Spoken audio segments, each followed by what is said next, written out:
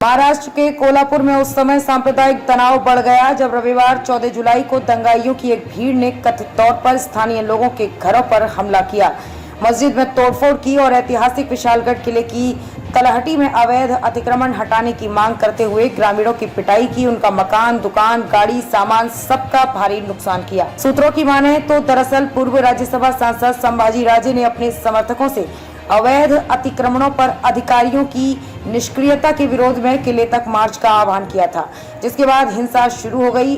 उसी के चलते आज 19 जुलाई को थाने से सटे मुमरा में मुसलमानों द्वारा ह्यूमन चेन निकाली गई, जो करीब 4 से 5 किलोमीटर तक थी, जिसमें लगभग लाखों लोगों ने कोल्हापुर में हुए हिंसा और धर्मस्थल के तोड़े जाने की नाराजगी इस ह्यूमन चेन को बनाकर जाहिर की। सरकार को एक शांतिपूर्ण तरीके से दोषियों पर सख्त से सख्त कार्रवाई करने की बात की।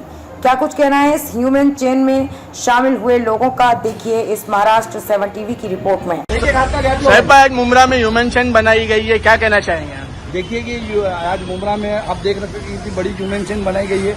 एक मैसेज देना चाह रहा है मुमरा, जो हमारे मुसलमानों के साथ जुल्म हो रहा है, जो मस्जिदों के साथ यानी लीगल होने के बावजूद भी कुछ फिरका परस्त ताकतों ने उस पर किस तरीके से जाकर के वहां पर वारदात भी उसके खिलाफ यहाँ पर मांग की जा रही है। पूरे रोड मुमरा पूरे पब्लिक उतरी है रोड पर और ये डिमांड करी कि ऐसे लोगों पे सख्त से सख्त कार्रवाई और यूएपीए के तहत कार्रवाई।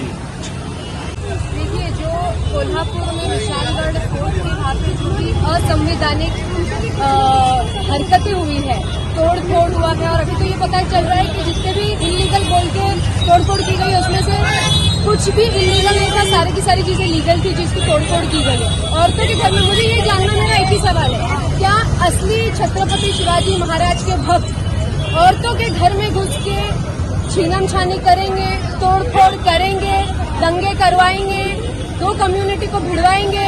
नहीं। तो जिनके नेतृत्व में ये आंदोलन जाहिर हुआ था उधर, उन पे सख्त से सख्त कार्रवाई होनी चाहिए, क्योंकि महाराष्ट्र की सरकार को मुझे ऐसा लग रहा है कि लोकसभा में क्योंकि सही उनको रिजल्ट नहीं मिले, तो वोट पोलराइजेशन का एक उन्होंने टैक्टिक यूज करी भिड़ाने की लोगों को, दो धर्मों को, जो कि महाराष्ट्र के लोगों को बिल्कुल हजम नहीं है। और महाराष्ट्र के लोग जो है वो सेक्युलर लोग हैं और वो इस चीज को बर्दाश्त नहीं करते। इसी बात को लेकर 2 दिन पहले अपने मुमरा पुलिस स्टेशन में भी एक मेमोरेंडम दिया था, क्या आश्वासन मिला था एसीपी से, क्या बातचीत हुई थी आपकी? हमने मेमोरेंडम दिया आशुरा के दिन, आशुरा था, हमको एक ऑर्गेनाइज फॉर्म में करना था। हमने उधर मेमोरेंडम दिया, एसीपी शर्मा को आश्वासन दिया कि जो भी लीगैलिटीज है वो उसको फॉलो करेंगे। और जब एक हमारे शहर में ह्यूमन चेन का एक कॉल उठा है, तो हमको एज अ कम्युनिटी साथ जुड़कर खड़े रहना हमारा फर्ज है।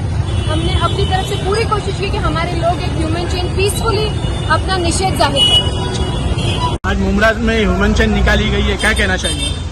बिल्कुल ह्यूमन चेन निकलना चाहिए। हम शांति से प्रदर्शन कर रहे हैं। महाराष्ट्र हो या हिंदुस्तान हो, कहीं पे भी किसी भी धार्मिक स्थल के ऊपर इस तरीके का सुनियोजित हमला नहीं करना चाहिए।